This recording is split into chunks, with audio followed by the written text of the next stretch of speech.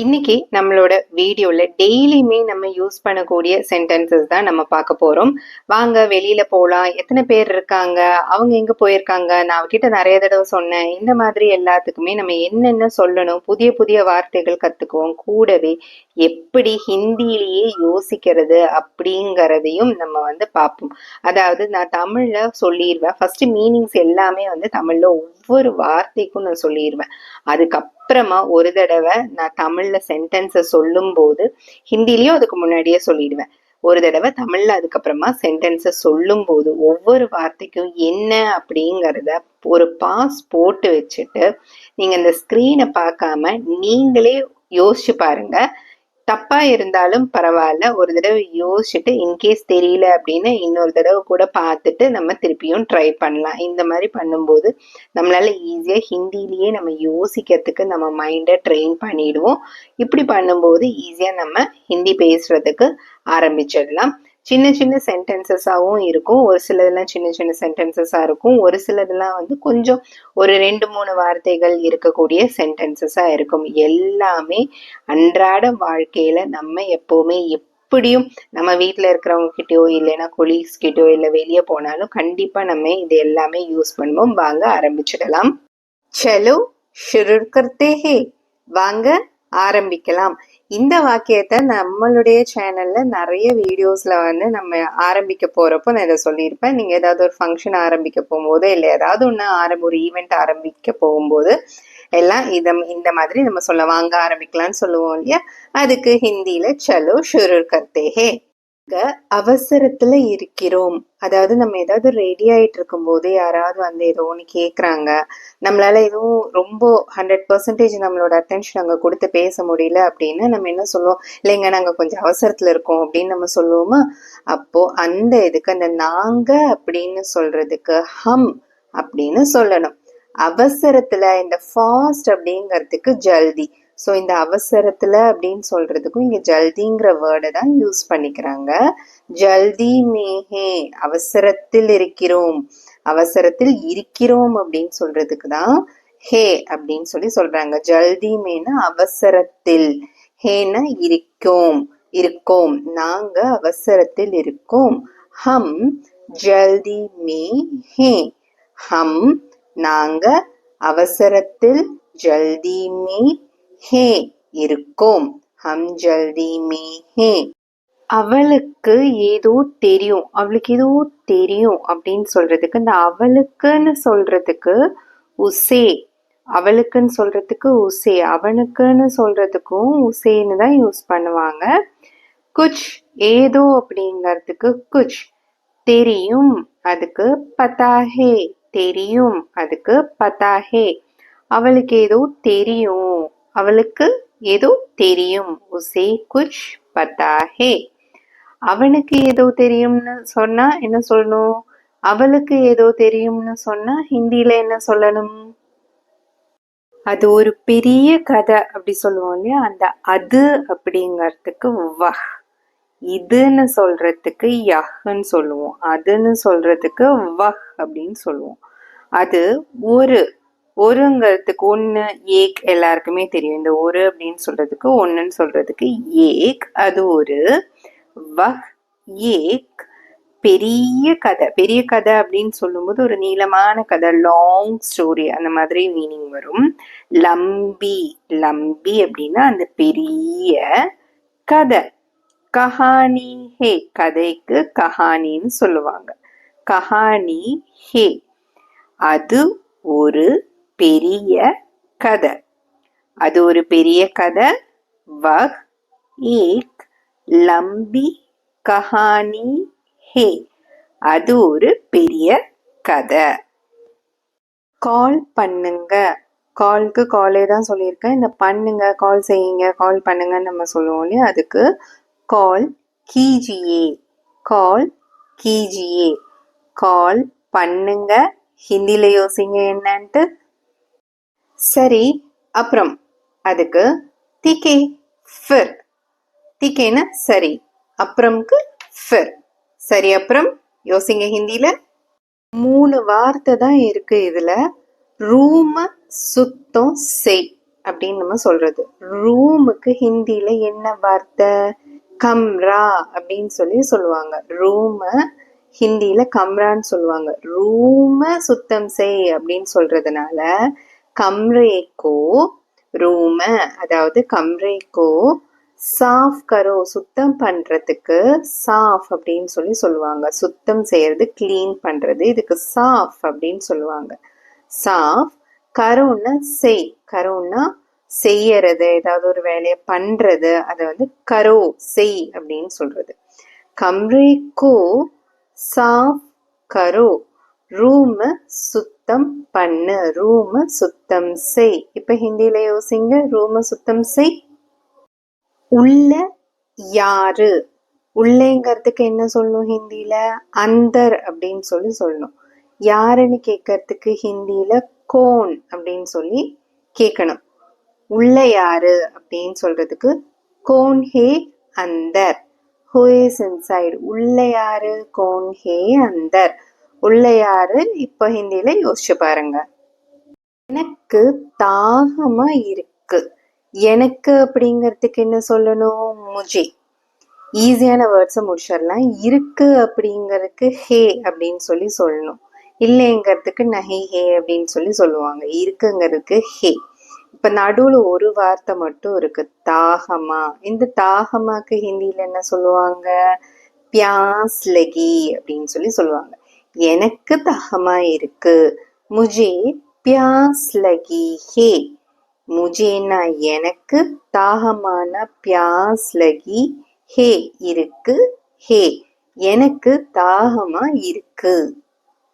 பேக்ல என்ன இருக்கு? நான் சொல்லும் போதே இது வரைக்கும் நீங்க ஹிந்தி கத்துக்கிட்டு இருக்கீங்க அப்படின்னா ஹிந்திலேயே யோசிங்க. பேக்ல என்ன இருக்கு, இல்ல பேகுக்குள்ள என்ன இருக்குன்னு கேட்போம். பேக்ல என்ன இருக்குன்னு கேட்டாலும் இந்த பேகுக்குள்ள என்ன இருக்கு அப்படிங்கிற மீனிங் தான். பேக்ல, பேகுக்கே, உள்ள அப்படிங்கிறதுக்கு அந்தர் அப்படின்னு சொல்லணும்னு சொல்லியிருந்தேன். பேக்கே அந்தர் என்ன இருக்கு? இருக்குங்கிறதுக்கு ஹே. என்ன இருக்கு அப்படிங்கிறதுக்கு கியா ஹே. பேக் கே அந்தர் கியா ஹே. பேகுக்குள்ள என்ன இருக்கு? பேக்ல என்ன இருக்கு? நான் வெளியே இருக்கேன். இந்த மாதிரி யாராவது ஃபோன் பண்ணிருக்காங்க, சரியா கேட்கல அப்படின்னா நான் வெளியில இருக்கேன் அந்த மாதிரி நம்ம சொல்லுவோம் இல்லையா? அதுக்கு மே பாஹர் ஹூ. நான் மே. வெளியே அப்படிங்கிறதுக்கு பாஹர்னு சொல்லணும். உள்ளேன்னு சொல்றதுக்கு அந்தர், வெளியேன்னு சொல்றதுக்கு பாஹர். இருக்கேன் அப்படின்னு சொல்றதுக்கு ஹூ. மேன்னு ஆரம்பிச்சதுனால இங்க ஹூன்னு முடியுது. இங்க ஹே அப்படின்னு சொல்லி நம்ம சொல்லல. மே பாஹர் ஹூ, நான் வெளியே இருக்கேன். இந்த வாக்கியம் நம்ம அடிக்கடி யூஸ் பண்ணுவோம். நம்ம வேலை செய்யற இடத்துல கொலீக்ஸ் கிட்டயா இருந்தாலும் சரி, இல்ல ஃப்ரெண்ட்ஸ் கிட்டயா இருந்தாலும் சரி, வா வெளியே போகலாம் அப்படின்னு சொல்லுவோம். அதுக்கு சலோ பாஹர் சல்தே ஹே. சலோ அப்படின்னா வா, அதாவது போலாம் அப்படின்னு நம்ம சொல்லுவோம்ல, ஃப்ரெண்ட்ஸ் கூட வா போலாம் அப்படின்னு சொல்லுவோம்ல, அதுக்கு சலோ. பாஹர், பாஹர்னா வெளிய, வெளிய போகலாம். சல்தே ஹே, போகலாம் அப்படிங்கிறதுக்கு சல்தே ஹே. வா வெளிய போகலாம். சலோ பாஹர் சல்தே ஹே. சரி, இதுவே வா உள்ள போகலாம், லெட்ஸ் கோ இன்சைட் அப்படின்னு வச்சுக்கோங்களேன். அதுக்கு அந்த பாஹர் அப்படிங்கிறதுக்கான வார்த்தையை மட்டும் எடுத்துட்டு உள்ளே அப்படிங்கறதுக்கு என்ன போடணும் அதை மட்டும் போட்டுட்டு சலோ, அந்த உள்ள போறதுக்கு என்ன வேர்டு? அந்த சல்தே ஹே. வா உள்ள போகலாம். சலோ அந்தர் சல்தே ஹே. வா வெளியே போகலாம். சலோ பாஹர் சல்தே ஹே. நான் நாளைக்கு மறுபடியும் வருவேன். நான் நாளைக்கு திரும்பவும் வருவேன். இந்த மறுபடியும்னு சொல்லுவோம், திரும்பவும் அப்படின்ட்டு சொல்லுவோம். அதே மாதிரி ஹிந்தியில மே கல் வாபஸ் ஆவுங்கா, வாபஸ் ஆவுங்கா அப்படின்னு சொல்லுவாங்க, இல்ல ஃபிர் ஆவுங்கா அப்படின்னு சொல்லுவாங்க. மேனா நான், கல்னா நாளைக்கு. அதாவது இது வந்து ஃபியூச்சர் டென்ஸ்ல இருக்கு இந்த சென்டென்ஸ். அதனால இது வந்து நாளைக்கு தான் வந்து குறிப்பிடுது அப்படிங்கறத நம்மளால புரிஞ்சுக்கிறதுக்கு முடியும். கல் அப்படிங்கிற வார்த்தை நேத்து அப்படிங்கிறதுக்கும் கல்லுன்னு தான் சொல்லுவாங்க. ஆனா சென்டென்ஸ் வந்து பாஸ்ட் டென்ஸ்ல இருந்தது அப்படின்னா ஓகே, அதாவது கடந்த காலத்துல இருந்தது அப்படின்னா ஓகே, அந்த கல் வந்து நேற்றை பத்தி குறிப்பிடுறாங்க அப்படிங்கறது நம்மளால புரிஞ்சுக்கிறதுக்கு முடியும். இந்த சென்டென்ஸ்ல நாளைக்க பத்தி குறிப்பிடுறாங்க. ஏன்னா இது வந்து எதிர்காலத்துல இருக்கு. இந்த சென்டென்ஸ் ஆவுங்க அப்படின்னு சொல்லும் போது எதிர்காலத்துல இருக்கு. மேக்கல் வாபஸ் ஆவுங்கா, நான் நாளைக்கு மறுபடியும் வருவேன், திரும்பவும் வருவேன். ஃபிர் ஆவுங்கா அப்படின்னாலும் திரும்பவும் வருவேன். அந்த மாதிரி 2 வார்த்தைகளுமே யூஸ் பண்ணலாம். வாபஸ் ஆவுங்கான்னு சொல்லலாம், ஃபிர் ஆவுங்கா அப்படின்னு சொல்லலாம். நான் நாளைக்கு மறுபடியும் வருவேன், மேக்கல் வாபஸ் ஆவுங்கா, இல்லைன்னா மேக்கல் ஃபிர் ஆவுங்கா. ஆவுங்கா அப்படின்னா வருவேன் அப்படின்னு சொல்லி சொல்றாங்க. ஆனா வர்றது இங்க ஆவுங்கா அப்படின்ட்டு, அதாவது வருவேன் ஃபியூச்சர்ல, அந்த ஃபியூச்சர் டென்ஸை குறிப்பிட்டு சொல்லணும் அப்படிங்கும்போது ஆவுங்கா அப்படின்னு சொல்லி மாறிடும். இந்த சென்டென்ஸை பாருங்களேன், மறுபடியும் சொல்லுங்க, திரும்பவும் சொல்லுங்க அப்படின்னு நம்ம சொல்லுவோம்ல, இந்த இடத்துல ஃபிர் சே பத்தாவோ அப்படின்ட்டு தான் நம்ம யூஸ் பண்றதுக்கு முடியும்.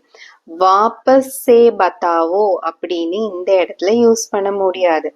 ஏன்னா வாபஸ் வந்து ஸ்பெசிஃபையா, நம்ம வாபஸ்ங்கிற வார்த்தையை நம்ம கேள்விப்பட்டிருக்கோம். சொன்னது நீ திருப்பி வாபஸ் வாங்கிடு அப்படின்னு சொல்லி சொல்லுவோம். அதாவது செய்யறத, சொன்னதை திரும்பி வாங்குறது, அந்த மீனிங்கும் வரும் வாபஸ்க்கு.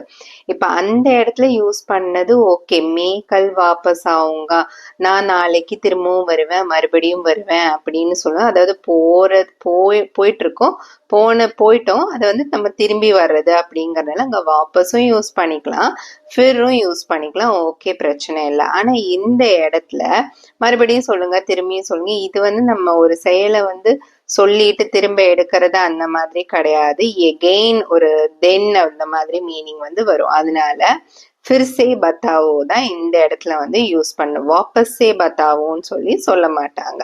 மறுபடியும் சொல்லுங்க, திரும்பவும் சொல்லுங்க, அதுக்கு ஃபிர்சே பத்தாவோ, பத்தாவோன்னா சொல்லுங்க.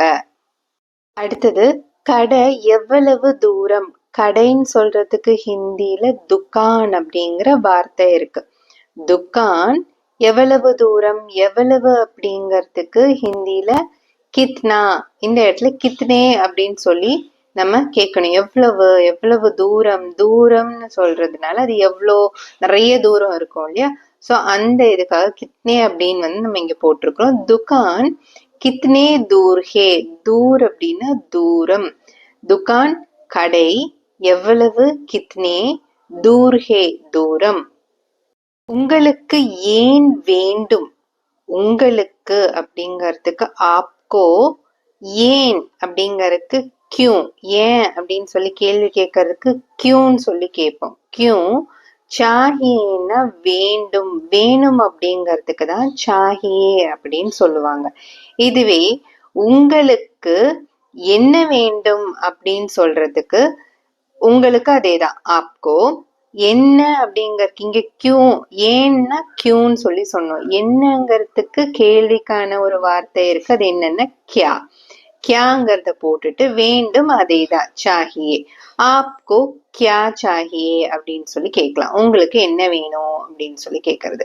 உங்களுக்கு ஏன் வேணும் அப்படின்னு கேட்கும்போது இங்க கியூ சாஹியே. உங்களுக்கு ஆப்கோ, ஏன்னா கியூ, சாஹியேன்னா வேண்டும். ஏன் கேட்கிறாய், நீ ஏன் கேட்கிறாய், இந்த மாதிரி நம்ம கேட்போம். யாராவது ஏதாவது சம்பந்தமா இல்லாம கேள்வி கேட்கறாங்க அப்படிங்கும் போது ஏன் கேட்கிற அப்படின்னு சொல்லி நம்ம கேட்போம் இல்லையா? அதுக்கு ஏன் அப்படிங்கறதுக்கு கியூ, கியூங்கிற கேள்விய போட்டுக்கணும். கியூ. கேட்கறதுக்கு பூச்னா அப்படின்னு சொல்லி சொல்லுவாங்க. அது ஒரு வினைச்சொல், வேர்பு. பூச்னா கேட்கறது, அதை வந்து பூச்னான்னு சொல்லுவாங்க. கேட்கிறாய் அப்படிங்கறதுக்கு இந்த இடத்துல பூச் ரஹே ஹோ. தும் அப்படின்னு முதல்ல போட்டிருக்கிறேன். அது ஏன்னா நீ ஏன் கேட்கிற அப்படின்னு சொல்லி ஸ்பெசிஃபை பண்ணி சொல்லும் போது தும் கியூ பூச் ரஹே ஹோ அப்படின்னு சொல்லி கேட்கலாம். தும்முன்னு வந்துட்டாலே ஹோ அப்படிங்கறதுலதான் முடியும். சரி, இதுவே மரியாதையோட நீங்க ஏன் கேக்குறீங்க அப்படின்னு சொல்லி கேட்கணும் அப்படின்னா ஆப் கியூ பூச் ரஹே ஹே அப்படின்னு சொல்லி கேட்கணும். ஆப் அப்படின்னு வந்துட்டாலே கடைசியில ஹே அப்படின்னு சொல்லி முடியும். HAIN, ஹே அப்படின்னு சொல்லி முடியும். ஆப் கியூ பூச் ரஹே ஹே. ஏன் கேக்குறீங்க, நீங்க ஏன் கேக்குறீங்க, நீ ஏன் கேக்குற. தும் கியூ பூச் ரஹே ஹோ.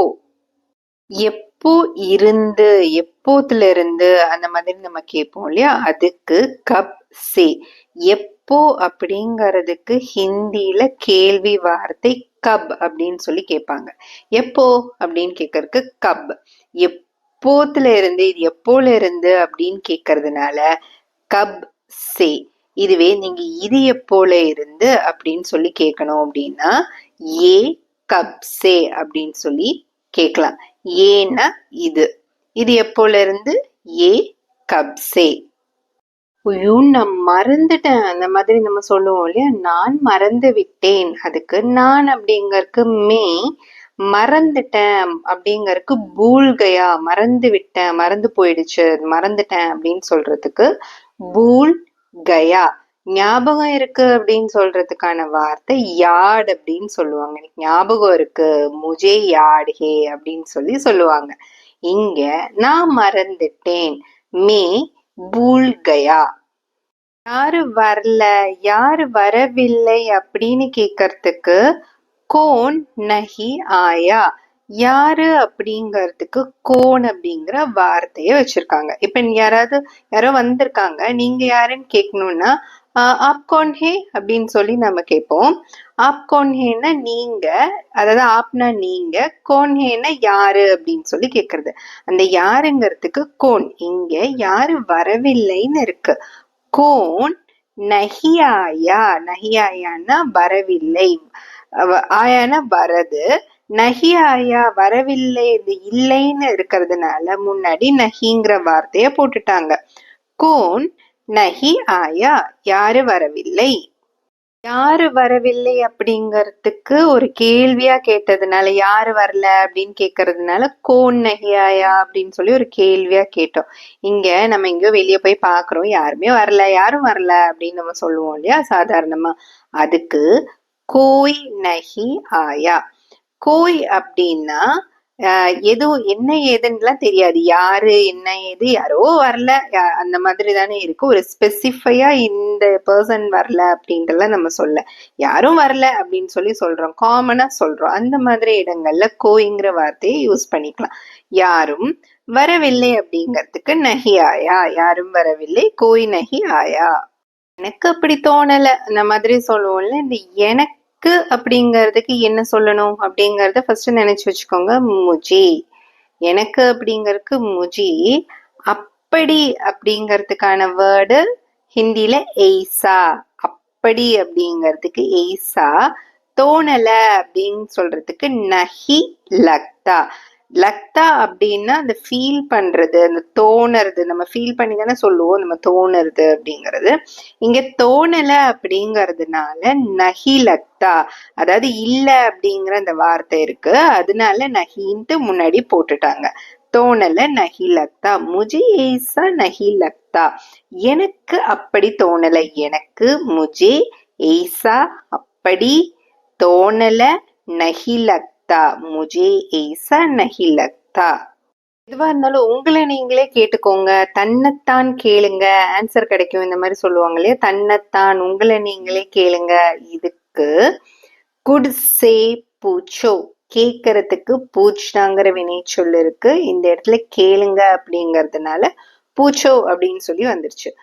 குட் அப்படின்னா என்னன்னா செல்ஃப், அதாவது தன்னைத்தான் அப்படிங்கிறதுக்கு, தன்னைத்தான்ங்கிறதுக்கு தான் குட் அப்படின்ட்டு. உங்களை நீங்களே இந்த தன்னைத்தானே கேளுங்க அப்படின்னு சொல்றதுனால குட் சே பூச்சோ, உங்களை நீங்களே கேளுங்க, இல்லைன்னா தன்னைத்தானே கேளுங்க, குட் சே பூச்சோ. உனக்கு எந்த ஐடியாவும் இல்ல, உனக்கு எதுவும் தெரியாது, இந்த மாதிரி சொல்லுவோம் பாருங்களேன். எதுவும் தெரியாது அப்படிங்கும்போது எந்த ஐடியாவும் இல்ல, என்ன ஏதுன்னே தெரியல அப்படிங்கும் போதுதான் இதை சொல்லுவோம், உனக்கு எந்த ஐடியாவும் இல்ல. அந்த உனக்கு அப்படின்னு சொல்றதுக்கு துமே அப்படின்னு சொல்லணும். ஐடியா அதாவது கெஸ், அந்தாசா அப்படின்னு சொல்றோம் பாருங்களேன், அதுக்கு எக்ஸாக்ட் மீனிங் பாத்தீங்கன்னா கெஸ் பண்றது அப்படிங்கிறது. ஸோ ஏதாவது ஒன்று ஒரு இப்படி பண்ணலாம் அப்படின்னு ஒரு சின்ன ஐடியா, ரெண்டுமே கிட்டத்தட்ட பாத்தீங்கன்னா ஒரே மாதிரி தான் இருக்கும். ஐடியா அப்படிங்கிறதுக்கு மீனிங் அந்தாசா, இல்லை கெஸ் பண்றது அப்படிங்கிறதுக்கும் அந்தாசான்னு சொல்லுவாங்க. அந்தாசா பி ஐடியாவும், இல்ல அப்படின்னு சொல்றதுக்கு தான் நஹி ஹே அப்படின்னு சொல்லி சொல்றாங்க. ஹேனா இருக்கு அப்படின்னு அர்த்தம், நஹி ஹேனா இல்ல அப்படின்னு சொல்லி அர்த்தம். உனக்கு எந்த ஐடியாவும் இல்ல, துமே அந்தாசா பி நஹி ஹே. நீ ரொம்ப lucky, you are very lucky. இதுல முதல் ஹிந்தி வார்த்தை நீங்க என்ன யோசிக்கணும், நீன்னு சொல்றதுக்கு ஹிந்தியில என்ன அப்படிங்கறத யோசிக்கணும். அதுக்கு தும். ரொம்ப அப்படிங்கிறதுக்கு என்ன வார்த்தை? பகோத். பகோத்துங்கிற வார்த்தை. பாக்கியசாலி, பாக்கியசாலி லக்கி அப்படிங்கறதுக்கு பாக்கியசாலின்னு சொல்லுவாங்க. தமிழ்லயும் இந்த வார்த்தை இருக்கு. ஸோ ஈஸியா ஞாபகம் வச்சுக்கலாம். பாக்கியசாலி. ஹோ, தும் பகோத் பாக்கியசாலி ஹோ. தும்முன்னு ஆரம்பிச்சதுனால ஹோன்னு முடியுது. இதே நீங்க ரொம்ப பாக்கியசாலி, நீங்க ரொம்ப லக்கி அப்படின்னு சொல்லணும்னு வச்சுக்கோங்களேன். பகோத் பாக்கியசாலி ஹே அப்படின்னு சொல்லலாம். இங்க நீ ரொம்ப லக்கி அப்படின்னு சொல்றதுனால தும் பகோத் பாக்கியசாலி ஹோ. முதல் தடவையாக அப்படின்னு சொல்றதுக்கு ஃபார் த ஃபர்ஸ்ட் டைம் அப்படின்ட்டு முதல் தடவையாக, அதுக்கு பெஹலி பார். பெஹலி பார் முதல் தடவையாக பெஹலி பார் அப்படின்னு சொல்லுவாங்க. இத என்கிட்ட விட்டுடு அப்படின்னு சொல்லுவோம் பாருங்களேன். இதை என்கிட்ட விட்டுடு, நான் பாத்துக்கிறேன் அப்படின்னு சொல்லுவோம்ல. அதுக்கு இசே முஜே பர் சோட் தோ. இசைன்னா இத, இதுக்கு ஏ அப்படின்னு யூஸ் பண்ணலாம். ஏ முஜே பர் சோட் தோ அப்படின்னு சொல்லலாம். இசே முஜே பர் சோட் தோ அப்படின்னு சொல்லலாம். முஜே பர்னா என்கிட்ட, விட்டுடு விட்டு விடு அப்படின்னு சொல்றதுக்கு தான் இந்த சோடுதோ அப்படின்னு சொல்றது. இசே முஜே பர் சோடுதோ, ஏ முஜே பர் சோடுதோ, இதை என்கிட்ட விட்டு விடு. இசேன்னா ஏன்னா இத, முஜே பர்னா என்கிட்ட, சோடுதோன்னா விட்டு விடு. எனக்கு எப்படி தெரியும்? அட என்னங்க எனக்கு எப்படி தெரியும் அந்த மாதிரி நம்ம சொல்லுவோம்ல. அந்த எனக்கு எப்படி தெரியும் அப்படிங்கிறதுக்குள்ள 3 வார்த்தை இருக்கு. இதுல ஹிந்தியில யோசிக்க ஆரம்பிங்க. எனக்கு அப்படிங்கிறதுக்கு ஹிந்தியில என்ன? முஜே. எப்படி அப்படிங்கிறதுக்கு கேசே. அப்படின்னு சொல்றதுக்கு எய்சான்னு சொல்லுவாங்க. எப்படி அப்படின்னு சொல்றதுக்கு கேசே. தெரியும் அப்படிங்கறதுக்கு பத்தா. பத்தா ஹோகா. எனக்கு எப்படி தெரியும் அப்படின்ட்டு சொல்றதுனால பத்தா ஹோகா, இந்த இடத்துல பத்தா ஹோகா அப்படின்னு சொல்லுவாங்க. பத்தானா தெரியும், நகி பத்தானா தெரியாது அப்படின்னு சொல்லிட்டு மீனிங். முஜே கேசே பத்தா ஹோகா, எனக்கு எப்படி தெரியும்? எனக்கு ஒரு சான்ஸ் கொடு.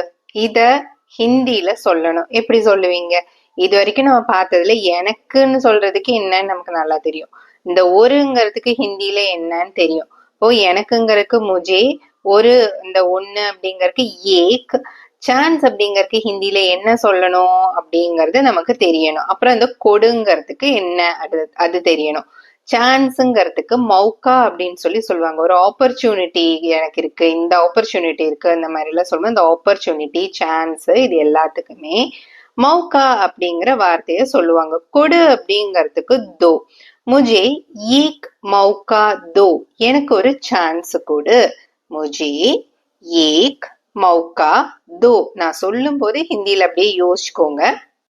இந்த இன்னும் ஒரு தடவை, மீண்டும் ஒரு முறை, இந்த மாதிரி எல்லாம் சொல்லுவோம் பாருங்களேன். இன்னும் ஒரு தடவை ட்ரை பண்ணு அப்படின்ட்டுலாம் சொல்லுவோம் பாருங்களேன். அந்த இன்னும் ஒரு முறை, அதுக்கு ஏக் பார் அவுர். முறை அப்படிங்கறதுக்கு பார், அதாவது தவணை, முறை, இந்த தடவை, இது எல்லாத்துக்குமே பார் அப்படின்னு சொல்லுவாங்க.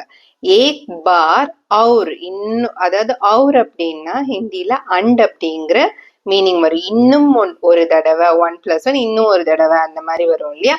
அதனால ஏக் பார் அவுர். நான் அவகிட்ட எவ்வளவு தடவை சொன்னேன், இந்த மாதிரி நம்ம சொல்லுவோம் இல்லையா? இதுக்கு இந்த எவ்வளவு தடவை, எவ்வளவு தடவைன்னு நம்ம தமிழ்ல சொல்லும்போது அது மெனி டைம்ஸ், நிறைய தடவை நான் சொன்னேன் அப்படிங்கிற மீனிங்கும் இங்க வரும். அந்த நிறைய தடவை, மெனி டைம்ஸ் அப்படிங்கிறதுக்கு ஹிந்தியில கை பார் அப்படின்னு சொல்லுவாங்க. பார்னா இப்பதான் நம்ம பார்த்தோம், ஏக் பார் அவுர் அப்படின்னு நம்ம பார்த்தோம். இன்னும் ஒரு தடவை அப்படின்னு சொல்றது. அந்த பார் அப்படிங்கிறது தவணை, முறை, தடவை, இதுக்குதான் பார்ன்னு சொல்லுவாங்க. மெனி டைம்ஸ், நிறைய தடவை, எத்தனை தடவை அப்படிங்கும் போது நம்ம நிறைய தடவைங்கிறதான் இங்க மீன் பண்றோம். அந்த மெனி டைம்ஸுக்கு கை பார் அப்படின்னு சொல்லுவாங்க. பத்தாயா அப்படின்னா சொன்ன. பத்தாயான்னா சொல்றது, சொன்ன அப்படிங்கிறது. பத்தாவோ அப்படின்னா சொல்லு அப்படின்னு சொல்றது. பத்தாயா அப்படின்னா சொன்னேன் அப்படின்னு சொல்றாங்க. மேனே உசைன் ஃபர்ஸ்ட் ஸ்டார்டிங்ல நான், அந்த நான்கிறதுக்கு மெயின் அப்படின்னு சொல்லுவோம். மெயினே அப்படின்னு சொல்றாங்க. நானு அப்படின்னு ஸ்ட்ரெஸ் பண்றது மாதிரி வரும். மெயினே உசே, உசேன்னா அவகிட்ட. இதே இந்த உசே அவன்கிட்ட அப்படின்னும் மீனிங் இருக்கும். மேனே உசே கை பார் பத்தாயா, நான் அவகிட்ட இல்லைன்னா அவன்கிட்ட எத்தனை தடவை சொன்னேன். அவனா அவளா அப்படிங்கறது யார பத்தி பேசுறோங்கிறது அந்த 2 பர்சனுக்கும் தெரியும். சோ அவங்களுக்கு தெரியும் அவனை பத்தியா அவளை பத்தியா. சோ ரெண்டுக்குமே இந்த உசேங்கிற வார்த்தையை யூஸ் பண்ணுவாங்க. மேனே உசே கை பார் பத்தாயா. இப்போதைக்கு இவ்வளவுதான் அப்படின்னு சொல்றதுக்கு இந்த இப்போ அதுக்கு ஹிந்தில என்ன சொல்லணும் அப்படிங்கறத நீங்க மனசுல நினைச்சு வச்சுக்கோங்க. இப்போ அப்படிங்கறதுக்கு அபின்னு சொல்லுவாங்க. பேச்சு வழக்குல அப் அப்படிங்கறது தான் இப்ப அதிகமா சொல்லிட்டு இருக்கிறாங்க. அபின்னு சொன்னாலும் கரெக்ட் தான், அப்ன்னு சொன்னாலும் கரெக்ட் தான். இப்போதைக்கு அப்படின்னு சொல்றதுக்கு அபி கேலியே, இவ்வளவுதான் அப்படின்னு சொல்றதுக்கு பஸ் இத்னா ஹி அப்படின்னு சொல்லணும். இப்போதைக்கு இவ்வளவுதான், அபி கேலியே பஸ் இத்னா ஹி. எனக்கு தெரியும் நீ அங்க இருக்கேன்னு. இதுக்கு ஹிந்தில ஃபர்ஸ்ட் எனக்கு அப்படிங்கறதுக்கு மே ஜான்தாகும், எனக்கு தெரியும். மே ஜான்தாகும், ஜான்தான தெரியும், எனக்கு தெரியும். மே ஜான்தாகும். தும் வஹா ஹோ, நீ அங்க இருக்கேன்னு எனக்கு தெரியும். இந்த தும் அப்படின்னு ஆரம்பிச்சதுனால ஹோன்னு முடியுது. தும் வஹா ஹோ, வஹான்னா அங்க, யஹான்னா இங்க, கஹான்னா எங்க அப்படின்னு அர்த்தம். வஹா அப்படின்னு சொல்றதுனால அங்க, நீ அங்க இருக்கேன்னு. மே ஜான்தாகும், எனக்கு தெரியும்.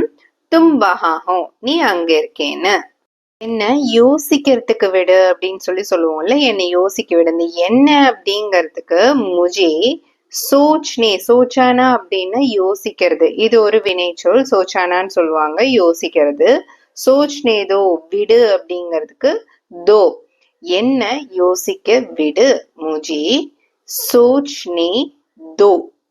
அவனை சாதாரணமா எடுத்துறாத அந்த மாதிரி சொல்லுவோம் பாருங்களேன். அவனேனும் அவளேனும் இது ரெண்டுக்குமே உசேதான்.